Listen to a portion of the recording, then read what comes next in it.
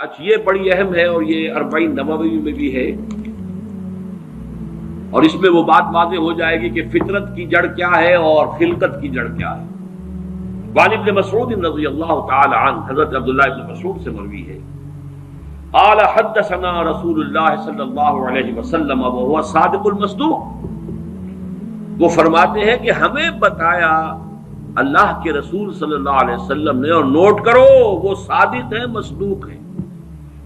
صادق ہیں سچے ہیں، مصدوق ہیں کہ ان کی سچائی پر خود اللہ گواہ ہے۔ اچھا یہ کیوں کہنے کی ضرورت پیش آئی؟ کسی عام طور پہ شک میرے علم میں تو نہیں کہ کسی اور حدیث سے پہلے یہ الفاظ ہوں، اس لیے کہ اس میں جو امور آ رہے ہیں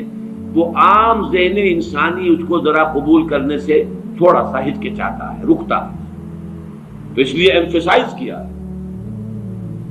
وَهُوَ الصَّادِقُ الْمَصْدُوقُ۔ وہ کیا بتایا حضور نے؟ اَنَّ خلق احدکم یجمع فی بطن امہ 40 یوما، تم میں سے ہر شخص کی خلقت اس کے ماں کے پیٹ میں 40 دن ہوتی ہے، نطفتن 40 یوما نطفتن، ویکون علقۃ مثل ذلک، اسی طریقے سے پھر وہ علقہ کی صورت میں ہوتی ہے، ثم یکون مضغۃ مثل ذلک، پھر اتنا ہی عرصہ اس کا مضغہ کی ایک سٹیج ہے،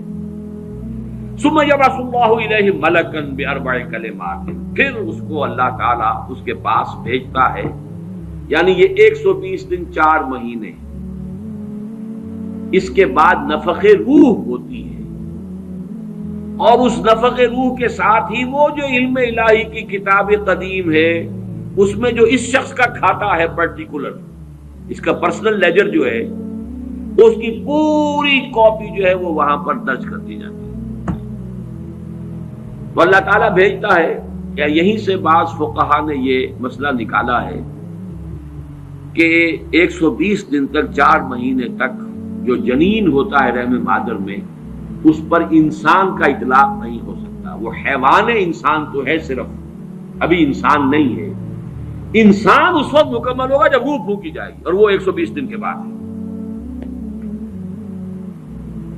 ثم یبعث اللہ الیہ ملکا، پھر اللہ تعالیٰ بھیجتا ہے اس کی جانب ایک فرشتے کو، باربع کلمات، 4 باتوں کے ساتھ،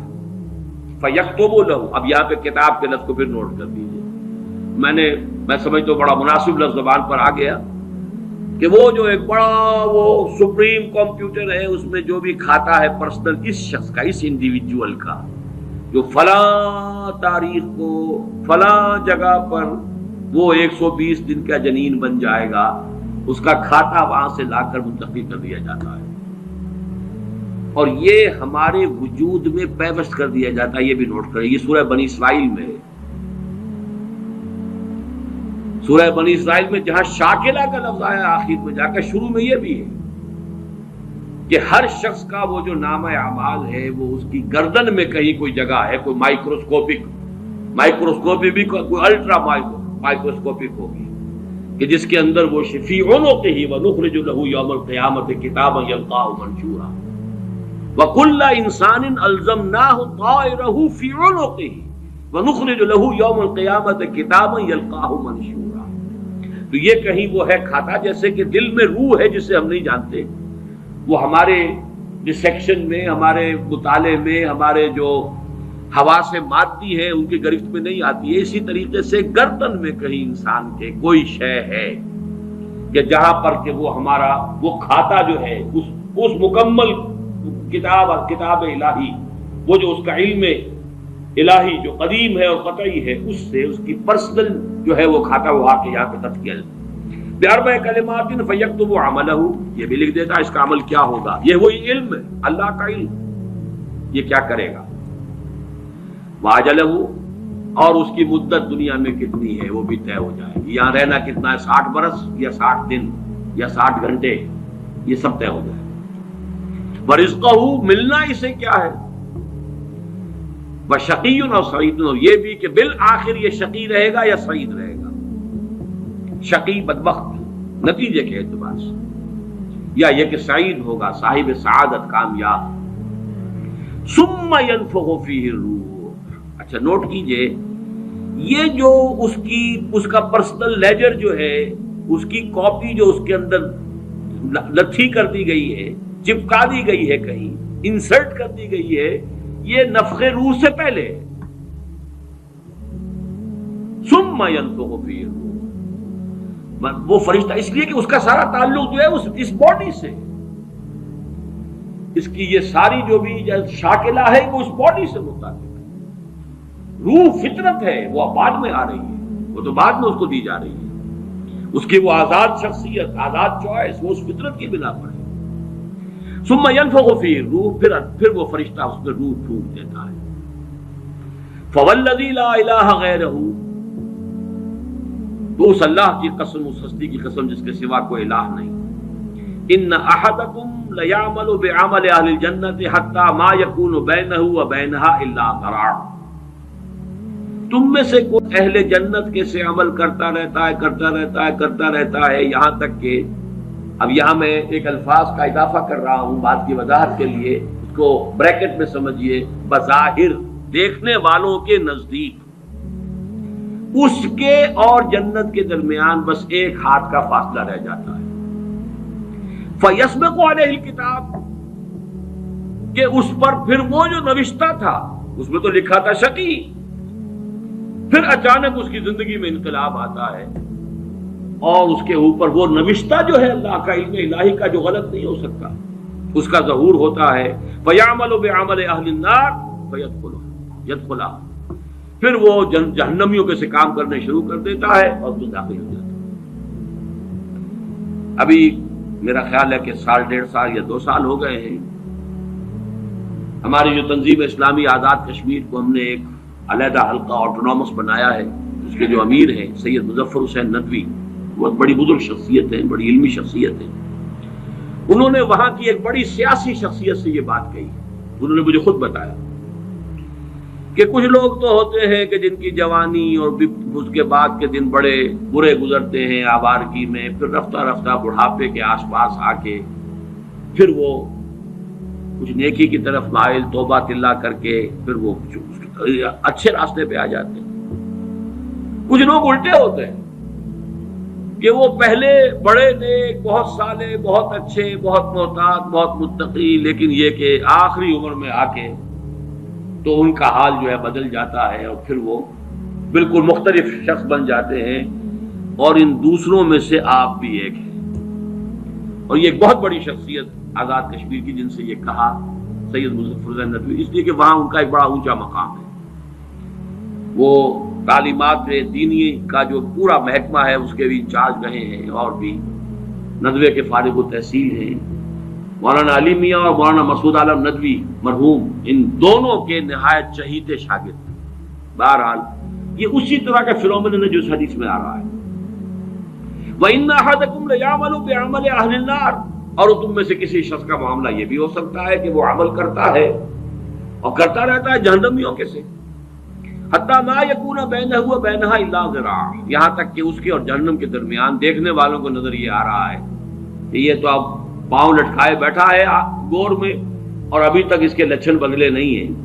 فیسبق علیہ الکتاب، لیکن وہ نوشتہ اللہ کا، وہ جو ایک علم خدا بندی کے اعتبار سے وہ تو شقی تھا یا سعید تھا۔ فیعمل بعمل اہل الجنۃ فیدخلها، تو وہ اب اہل جنت کے سے کام کرتا ہے اور جنت میں داخل ہوتا ہے۔ یہی حدیث جو ہے آگے چل کر اسی مضمون کی حدیث نمبر 17 میں بھی آئے گی، اسی مجموعے کے اندر، اگر ہم وہاں تک پہنچ گئے۔ اب یہ حدیث جو ہے اس اعتبار سے متفق علیہ، پہلی حدیث آئی ہے متفق علیہ اس باب میں۔ پہلی 3 حدیثیں جو ہیں وہ